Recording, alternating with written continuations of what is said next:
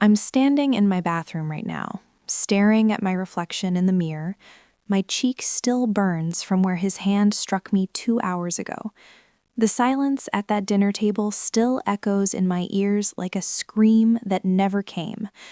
You know that moment when your whole world shifts and you realize everything you believed was a lie? That's where I am. But here's what they didn't know, what his perfect, pristine family didn't see coming. I'd been recording everything, every insult, every lie, every moment they thought they were breaking me down. And tonight, the whole world would see exactly who they really were.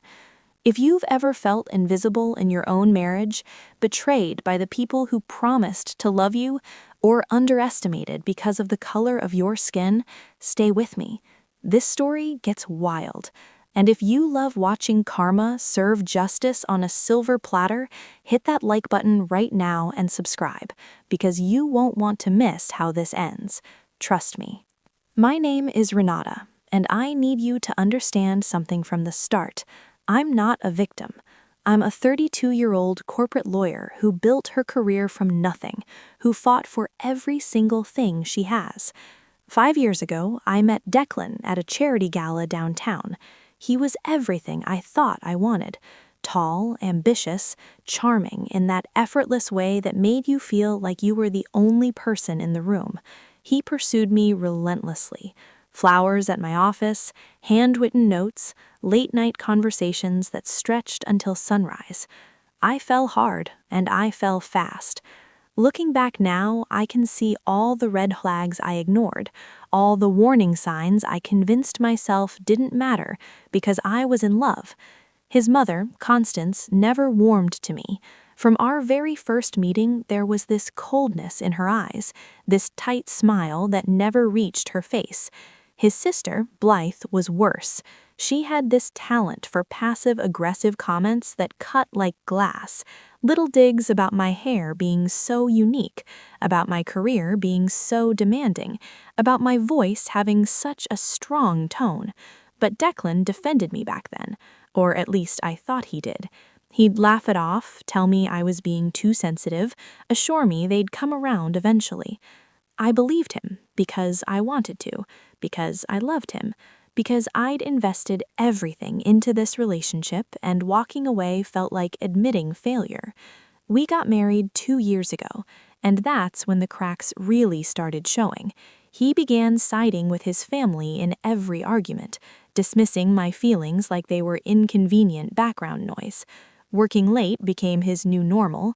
Coming home smelling of perfume that wasn't mine became a pattern I couldn't ignore. I suspected something was wrong, felt it in my gut every single day, but I had no proof. And without proof, I was just the jealous wife, the paranoid black woman who couldn't handle being part of his world. Then came the decision that changed everything. A year into our marriage, I was offered a partnership at my firm. It was everything I'd worked toward my entire career, but Declan asked me to turn it down, to move closer to his family, to prioritize us over my ambitions. I gave it up. I sacrificed my dreams because that's what you do when you love someone. That was my first mistake. That was the moment I stopped being Renata the lawyer and became Renata the wife. And they saw that shift. They saw me get smaller, quieter, more willing to disappear into the background of his perfect family portrait. What I didn't realize then was that they were never going to accept me. No matter how much I gave up, no matter how silent I became, I would always be the outsider, the one who didn't belong. And my husband was going to make sure I knew it. 3 months ago, everything I'd been trying to ignore came crashing down in the most ordinary way possible. I was doing laundry, going through Declan's pockets before throwing his pants in the wash, when I found a receipt. Jewelry from Tiffany's. $1,500. I'd never received any jewelry. My anniversary had passed 2 months earlier without so much as a card. I stood there in our laundry room, hands shaking, trying to convince myself there was some logical explanation. Maybe it was for his mother, maybe he was planning a surprise, maybe I was crazy. But then came the lipstick on his collar, the late-night texts he'd hide the moment I walked into a room, the way he'd started sleeping on the far edge of our bed, like I was something contaminated he couldn't bear to touch. I wasn't crazy. I was being betrayed. I hired a private investigator. It took me 2 weeks to work up the courage, another week to actually make the call. I felt like I was betraying him by even considering it, which is insane when I think about it now. I was worried about betraying the man who was actively destroying our marriage. The investigator's report came back on a Thursday afternoon. I remember because I was supposed to have dinner with Constance that night, and instead I sat in my car in the parking garage and read every single page. Declan was having an affair with his colleague, Sienna, for 8 months. 8 months of lies. They'd been to hotels across the city, romantic weekend getaways to wine country, expensive dinners at restaurants we'd talked about trying together but never did because he was always too busy. And the worst part, the part that made me physically sick, was that he'd been using our joint account to pay for all of it, every hotel room, every gift, every romantic gesture he'd never shown me. I paid for my humiliation. I cried for 2 days straight. I called in sick to work, locked myself in our bedroom, and fell apart completely. Then something shifted inside me. The grief turned to rage, and the rage turned into something sharper, something clearer. I got smart. I didn't confront him. I didn't scream or throw his clothes out the window or do any of the things every part of me wanted to do. Instead, I started documenting everything. I copied bank statements, screenshots of text messages I found when he left his phone unlocked, emails he'd carelessly left open on our shared laptop. I built a case like I was preparing for trial, because in a way, I was. Every piece of evidence was another nail in the coffin of our marriage, and I was going to make sure it hurt. But then I noticed something else, something that made the betrayal cut even deeper. His family knew. They'd known the entire time.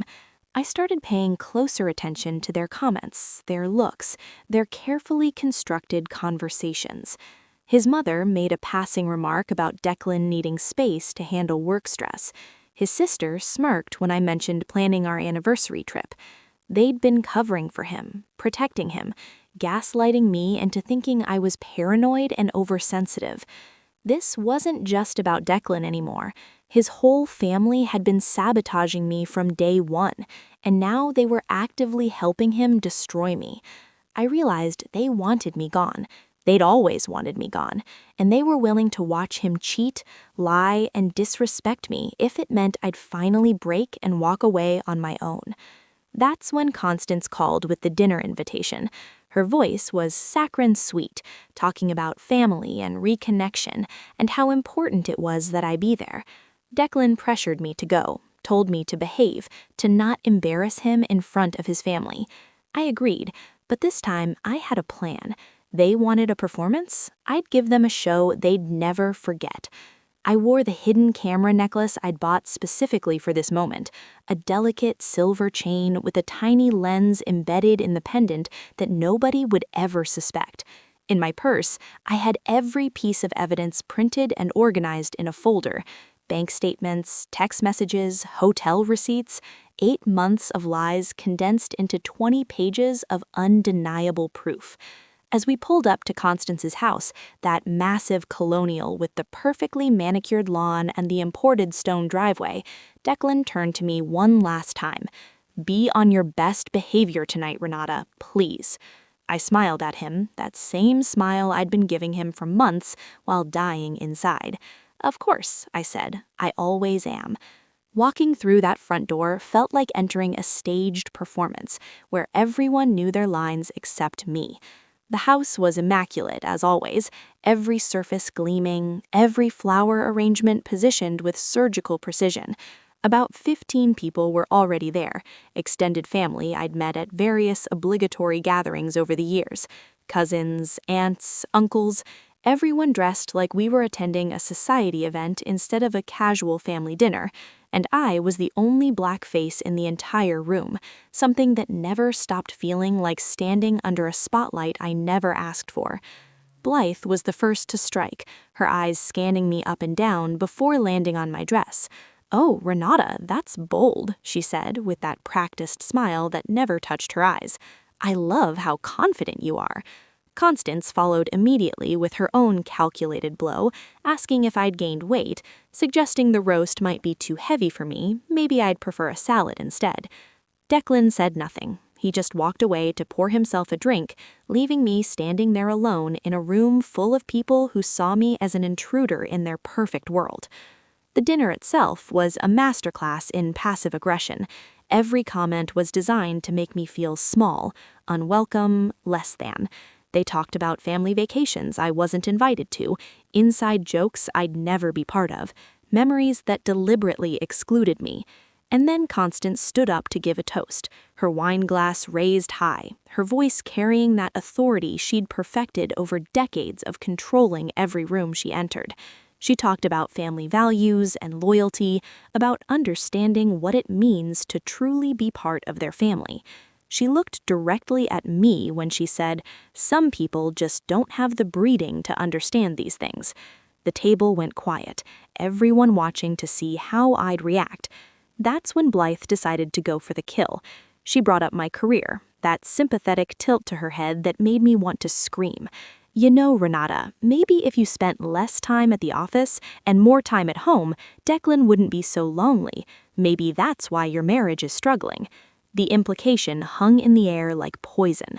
Constance nodded in agreement, adding that a good wife knows where her priorities should be, that career ambitions were fine for some women, but marriage required sacrifice. I felt every eye on me, waiting for me to crack, to cry, to prove I was exactly as weak as they believed. Instead, I spoke clearly and calmly. I gave up a partnership for this family. I moved away from my support system.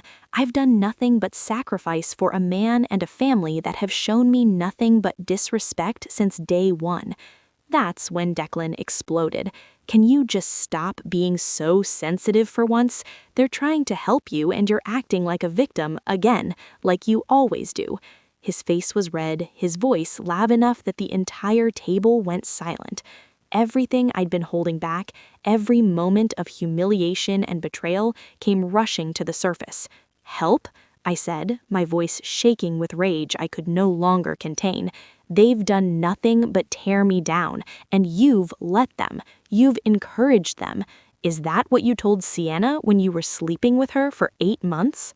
The silence that followed was deafening. Forks clattered against plates, someone's wine glass tipped over, red liquid spreading across the white tablecloth like blood.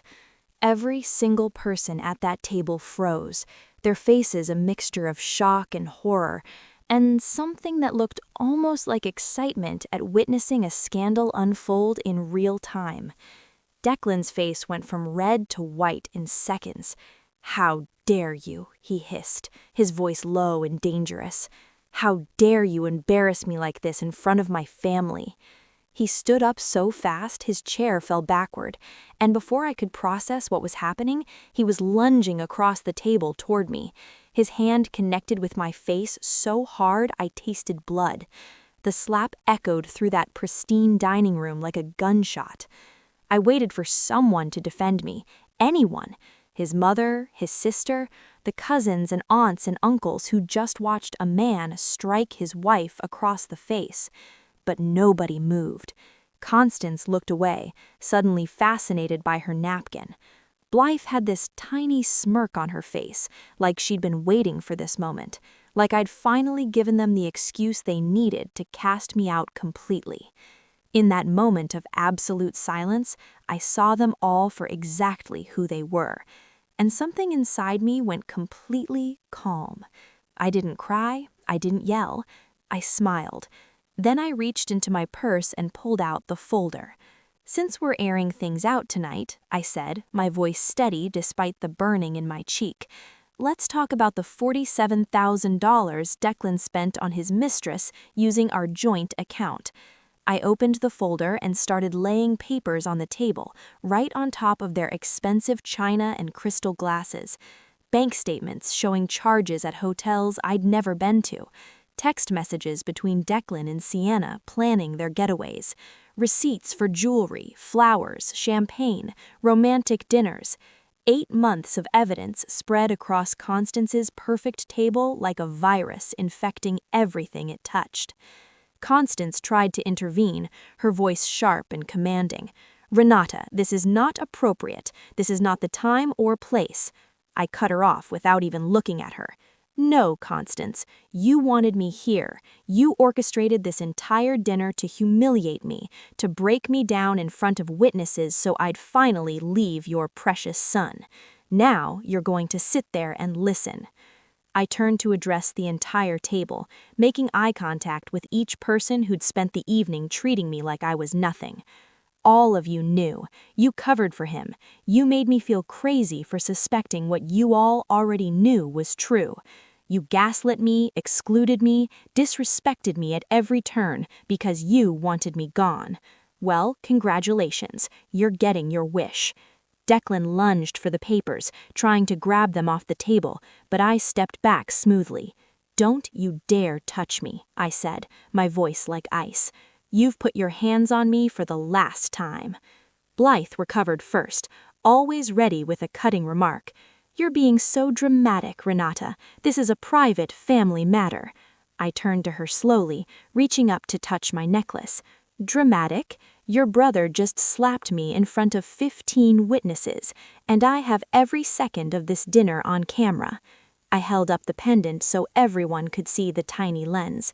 "Smile, everyone. You're all on video." The panic that spread across their faces was absolutely beautiful. Constance's hand flew to her throat. Declan stumbled backward like I'd struck him. Various family members started talking at once, voices overlapping in chaos and fear. But I wasn't done. "I've already filed for divorce," I announced, "and I'm suing you, Declan, for financial infidelity, emotional abuse, and now assault. I have an excellent lawyer. Actually, I have several." I turned to Constance and Blythe, watching them squirm in their expensive chairs like insects pinned to a board.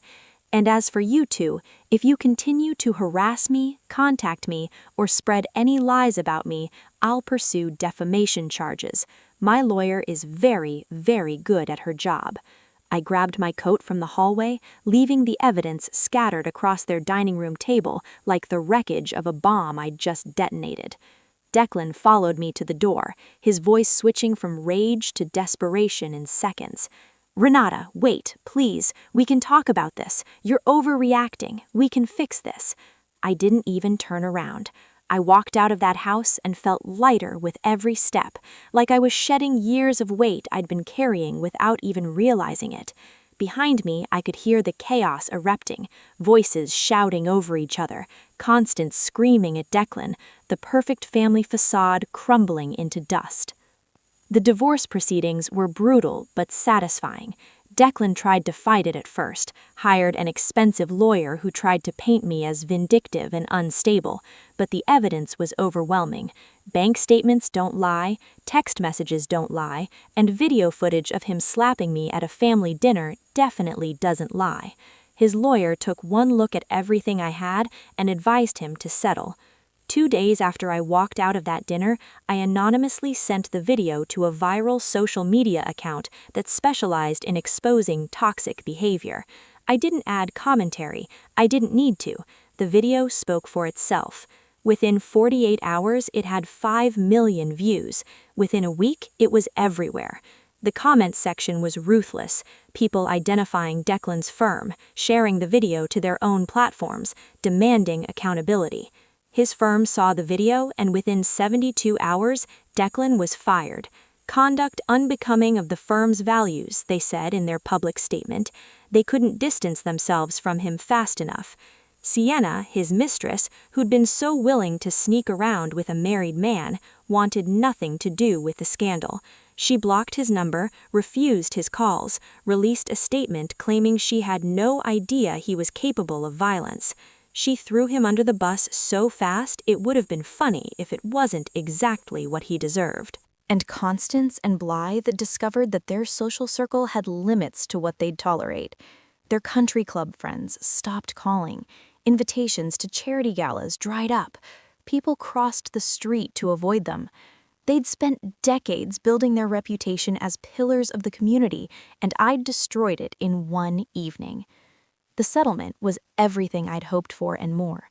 I got the house we'd bought together, half of his assets, alimony that would keep me comfortable while I rebuilt my life.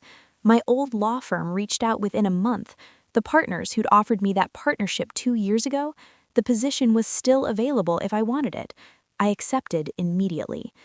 I started therapy, working through the trauma of a marriage that had slowly poisoned me from the inside. I reconnected with friends I'd lost, people I'd pushed away because Declan had convinced me they were bad influences. I moved into a new apartment with floor-to-ceiling windows and a view of the city skyline. I bought new furniture, painted the walls colors I actually liked, filled the space with things that made me happy instead of things that matched someone else's aesthetic. 6 months after that dinner, I was thriving. New job where I was respected and valued. New apartment that felt like home in a way that house never did. New confidence that came from knowing I'd survived the worst and came out stronger. I was finally completely free. 1 year later, I ran into Declan at a coffee shop downtown. It was completely by chance, one of those moments where the universe decides to test how far you've really come. He looked terrible, unshaven, wearing a wrinkled shirt with dark circles under his eyes that told the story of a man who'd lost everything.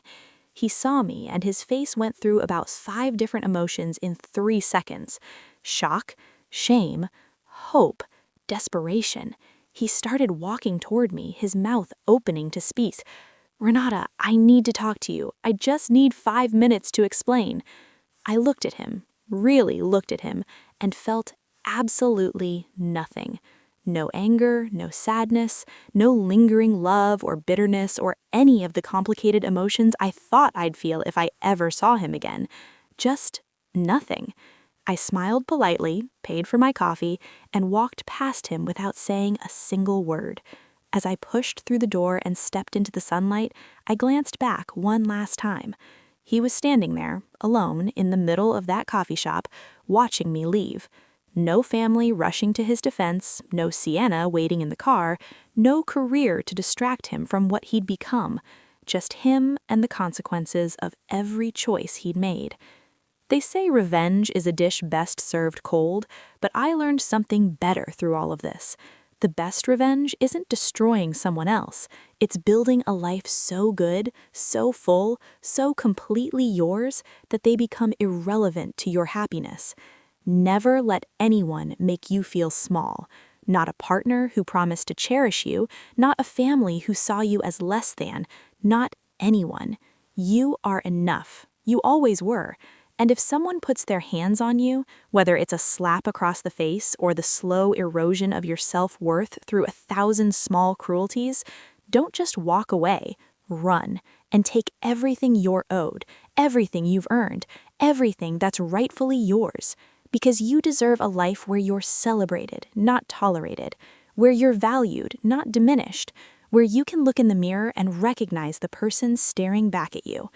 If this story resonated with you, if you've ever felt invisible or betrayed or underestimated, hit that like button.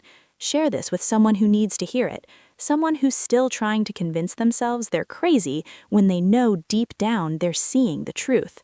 And subscribe for more stories about survival, strength, and the beautiful karma that comes when you refuse to stay silent. Trust me, you won't want to miss what comes next. I'm Renata, and I'm never going back.